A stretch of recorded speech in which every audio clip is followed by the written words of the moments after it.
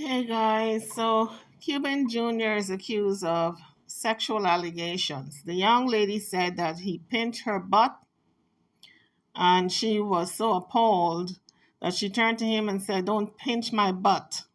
He replied and said, that is no fun." This is what she stated in the video in court. So, as the proceedings went on, it was reported that Cuban Jr. remained very stoic throughout the whole thing. And even as the victims read their impact statements, he would just say, "No, sir," when he was asked by Justice Curtis Faber if he wanted to speak. So apparently, there are multiple women accusing Cuban of sexual allegations. And one victim said that she was so appalled by the encounter with the actor. So, folks, this incident happened 4 years ago, 2018. Now we're in 2022, and he's being accused of this crime. So he appeared in a New York criminal court for the sentencing hearing after he pleaded guilty for a misdemeanor in court of forcibly touching a woman at a New York City nightclub back in 2018. So he did admit to it, folks. So one woman said, "This plea deal looks misstepped." She accused Cuban Gooding Jr. of groping her breasts at a rooftop bar. And she said it's hard to describe the weight that comes from a situation like this. She further stated that your brain wants to make sense of what happens to you. And she further added, "What does a bad person look like? Why was I targeted?" So 3 women were accusing Cuban of groping them. So another victim told the court that being groped by the actor has destroyed her sense of joy. So Cuban Gooding Jr. just sat there listening very attentively as his attorney Mark Heller addresses the press after his arraignment in Manhattan's New York State Supreme Court on Thursday. The victims, who were not publicly named, give statements in Manhattan Criminal Court on Thursday and described the trauma that the incident had caused them. So these proceedings currently are as a result of him kissing a woman at a nightclub back in 2018 against her will, allegedly. His record was cleared after completing 6 months of alcohol abuse treatment, as well as behavior modification therapy, both of which were conditions of his April plea deal with the Manhattan District Attorney's Office. In court on Thursday, prosecutor Colleen Blambert said she's received positive reports from the actor's therapist, while noting he's planning to continue the treatment beyond the court-ordered 6 months that was required of him. So according to the New York Times, Cuban, who is now 54, he won an Academy Award back in 1997 for Jerry Maguire. He was charged in 2019 for groping or fondling, kissing 3 women. And this came out as a result of the Me Too movement. Although he pleaded guilty, he will not be spending any jail time for the sexual abuse case and will not have a criminal record either. His record will be wiped clean after completing a no jail plea deal. I'll tell you what, folks, he had some good lawyers representing him because he's been accused by 3 women of groping and fondling and not having to serve any jail time. So I would surmise that his lawyers were very good. So this type of offense is considered a misdemeanor because he did not go any further, like penetration or anything like that. So guys, although this case happened a couple of years ago, sometimes there's a backlog in the judicial system on when your case will be heard. I would imagine that was the case here, where he had to wait for the court to hear the case. And we had COVID going on, and everything was put on the back burner. The most important cases were heard first. So that that I think would explain why the lead lay in this case. 3 or 4 years, I believe. So I think out of the Me Too movement, a lot of these guys have learned their lesson. You do not touch women's private parts unless it's okay and you see where they're given permission. That's the most important thing. Permission. If they haven't given you permission, by them coming on back to you, by them pushing up on you, by them actually making a connection to kiss you back, when you put your head forward, if they don't put their head forward, you don't go any further. You stop, you take pause, and you kind of assess the situation if you can go further. But do not put your hands on a woman's butt, or front unless you hear her say it's okay for you to do so. So we're wishing Cuban all the best. He's dodged the bullet. I hope he has learned his lesson. Let's move on to the next story. So guys, the judge has spoken. He has ordered Tasha K to pay Cardi B the $4 million or post a secure bond, a supersedeas bond. So guys, we know Tasha K is appealing her case. Well, the supersedeas bond is supposed to be held until the appeal is over. And I'll read you the definition of a supersedeas surety bond. This definition is from Wikipedia, and it says a supersedeas bond, also known as the defendant's appeal bond, is a type of surety bond that a court requires from an appellant who wants to delay the payment of a judgment until an appeal is over. So Tasha K's attorney are saying that, Judge, we need for you to stop everything, put a halt on everything until we go through the appeal, okay? Judge don't want to hear it. The judge says, listen, you owe this woman $4 million for defamation. You are going to pay this woman $4 million, or you're going to deposit $4 million in the court, and we're going to hold it, because Cardi B's attorneys are asserting that Tasha K is taking steps to insulate herself from the damages of the judgment against her. And this is what I mean. Tasha K is doing too much talking, and not only that, she's showing too much on television for people to know her next move. Not very smart. So all the judge was saying was, listen, Tasha K, you paid Cardi B the $4 million, or you deposit it in the court in a supersedeas bond. This $4 million right away, while your case is being appealed, you got to pay this $4 million into the court so we can hold it. And if you lose the case, then we will hand it over to Cardi B. If you win, we give it back to you. Tasha said, I was born at night, not last night. I ain't giving you no $4 million, and I don't even have it like that. So Tasha's case is being appealed. And so Cardi B's lawyer said in a previous statement that Tasha made this salacious claim about Cardi last month. And Cardi's lawyers are asking for the bond. They asked for it last month because they cited the fact that Tasha may have moved to Africa, and she may be evading paying this money. So Cardi's attorneys are citing Tasha's own public statements, like one suggesting that she had moved to Africa, because remember, it was very ambiguous. 1 minute she had you guessing whether she moved or she didn't move, or she was coming back, or, very ambiguous, neither here nor there. So Cardi's attorneys used that argument, and last week, the judge just said, listen, you're going to pay that money into the court. So now, Tasha and her attorneys are scrambling. They want a reduced amount of paying into the court. And so that's where we stand now. While Tasha's case is being appealed.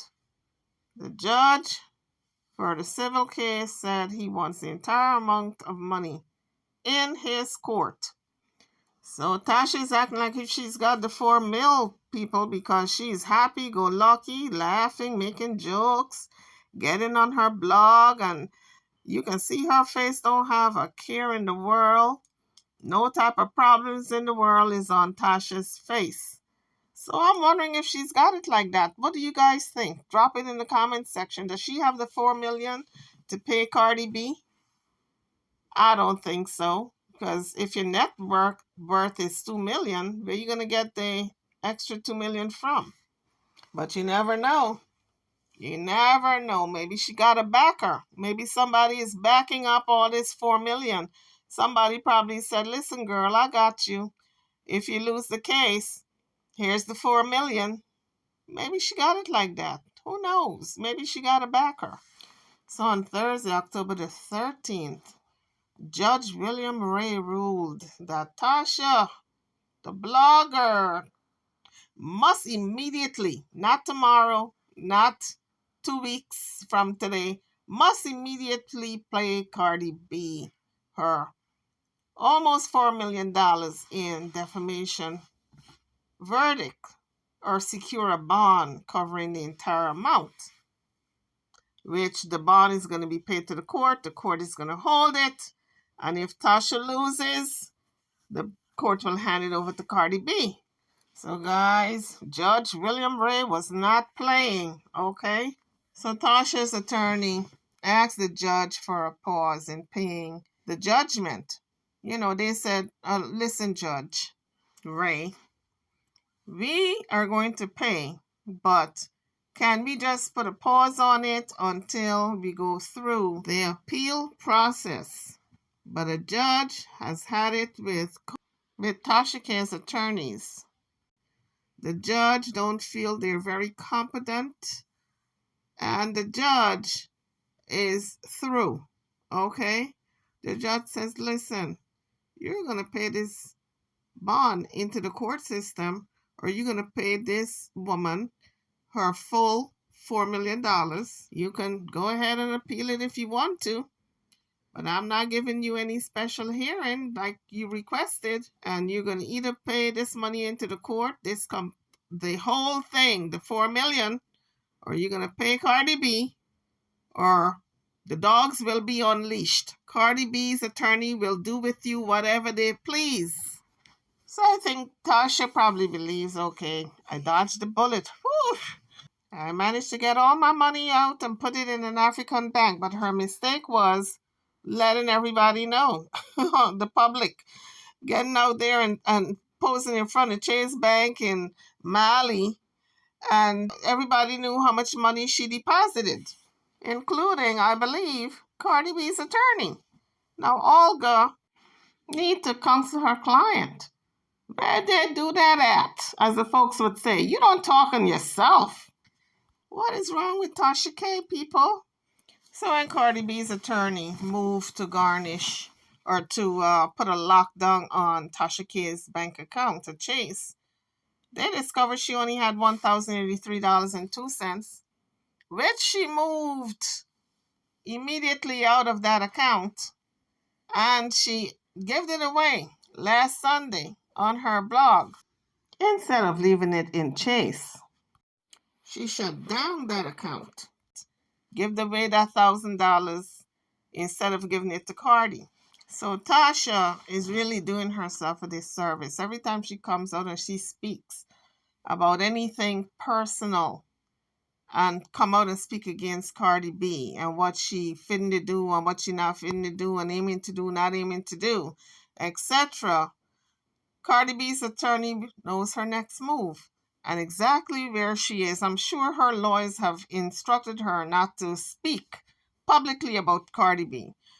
And I'm sure, knowing Tasha K, she's not gonna not talk about Cardi B. So guys, stay tuned. There's got to be more back and forth between these lawyers in the Tasha K Cardi B's case. Moving on to the next story. So this next story is about Mike and Cynthia.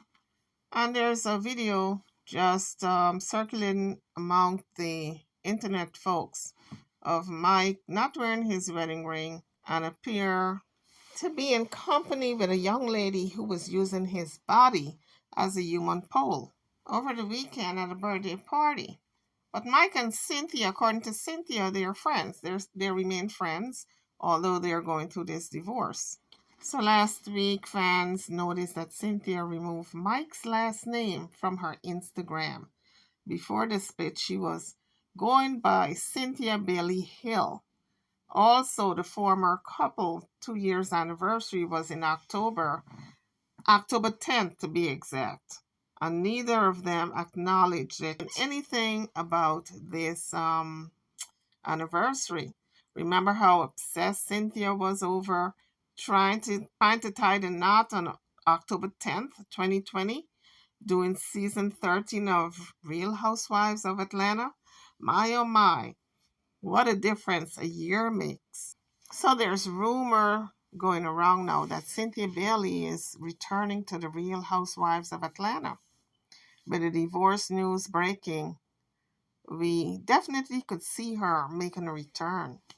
So this is marriage number 2 for Cynthia. First it was Peter Thomas and now Mike Hill. I don't know, guys. Cynthia just does not have luck choosing these men. So Mike Hill provided a statement and he said, I love Cynthia and will always love her because she is a phenomenal woman and a beautiful person. Even though our relationship is ending, our friendship remains rock solid. And for that, I'm grateful, he continued. Honestly, we've been thinking about going our separate ways for the last few months. So it was good for both of us to have that time to process it all privately. And I can smile knowing she'll always be there for me as I will be there for her. So that's what Mike had to say to People magazine. And Cynthia put out her own statement to People magazine, and this is what she had to say. She said, God does not make mistakes. I truly believe in my heart that Mike coming into my life was destiny, and I jump both feet in first and give it my all. Although that journey has come to an end, I'm so grateful for our continued friendship and the beautiful memories that we made together. God willing, I will fall in love again. Whatever is destined to be, will be. And I could not be more excited for my next chapter. So, folks, it looks like if Mike Hill and Cynthia Bailey has really come to grips as to where their relationship has taken them, where it is in the present, and where it will be in the future. So, good luck to them both. So, the next story up, guys, is 50 Cent and his son, Marquise. So, his son said he used to pay only $6,700 a month in child support. New York City is very expensive, and his mother needed more money. So I'm thinking to myself, if his mother needed more money, then why didn't she take 50 cents to court? Why is he coming after 50 cents now? Maybe he needs some money, and instead of coming after his father like this, he should sit down man to man with his dad and say, listen, I'm biologically your son. I need help in my endeavors. Straight up. So Marquise turned 26 on October the 13th.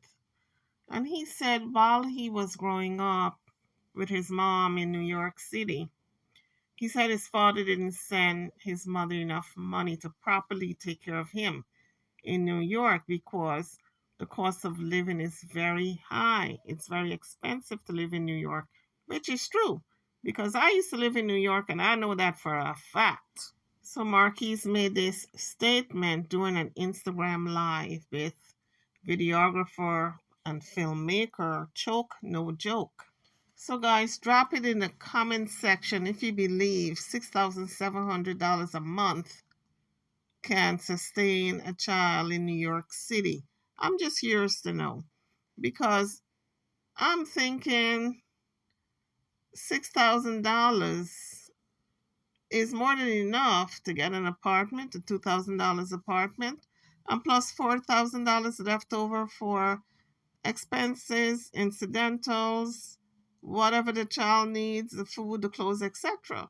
So drop it in the comment section. Is that enough? Or was that an underpayment, being the fact that 50 cents is worth millions? Was that an underpayment to the mother? And if it was an underpayment, why didn't the mother take 50 cents back into court? She know he's worth millions. 6,700 might not be enough for the type of money that he brings in, because if he's living in a lavish lifestyle and driving the best, eating the best, going on vacations, the mother should have argued that fact that she wants her child to have the same type of lifestyle. And so she should have taken 50 cents back into court. Now she's got father and son beefing against each other. That's not right, because that all stems from the mother. The mother should have instilled love in the child for the father. And when a child loves his dad, the dad is worth millions of dollars, and the father sees that his child loves me unconditionally. Me and the mother may not be together, but my child loves me. That dad will do anything for that child and give that child anything. So I think it stems from the mother, all this animosity that Marquise have against his father. And of course, 50 cents being 50 cents, he's not having it. He's like, look, if you want to come at me that way, I'm not even going to have anything to do with you. I'm going to disown you. This is why I tell you guys, you adults out there, keep the children out of your mess. Now, this child has been beefing with his father since he was 13. That's ridiculous. Instead of him loving up on his father at that age, going to ball games, going to different shows, doing all kinds of special events, he's beefing with his dad. At 13 years old to now. Now he just turned 26.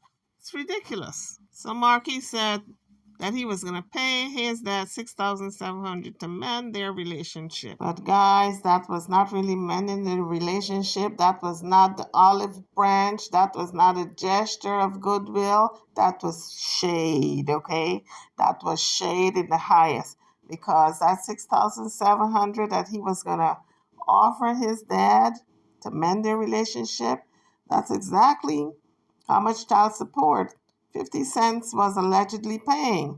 So that was all shade.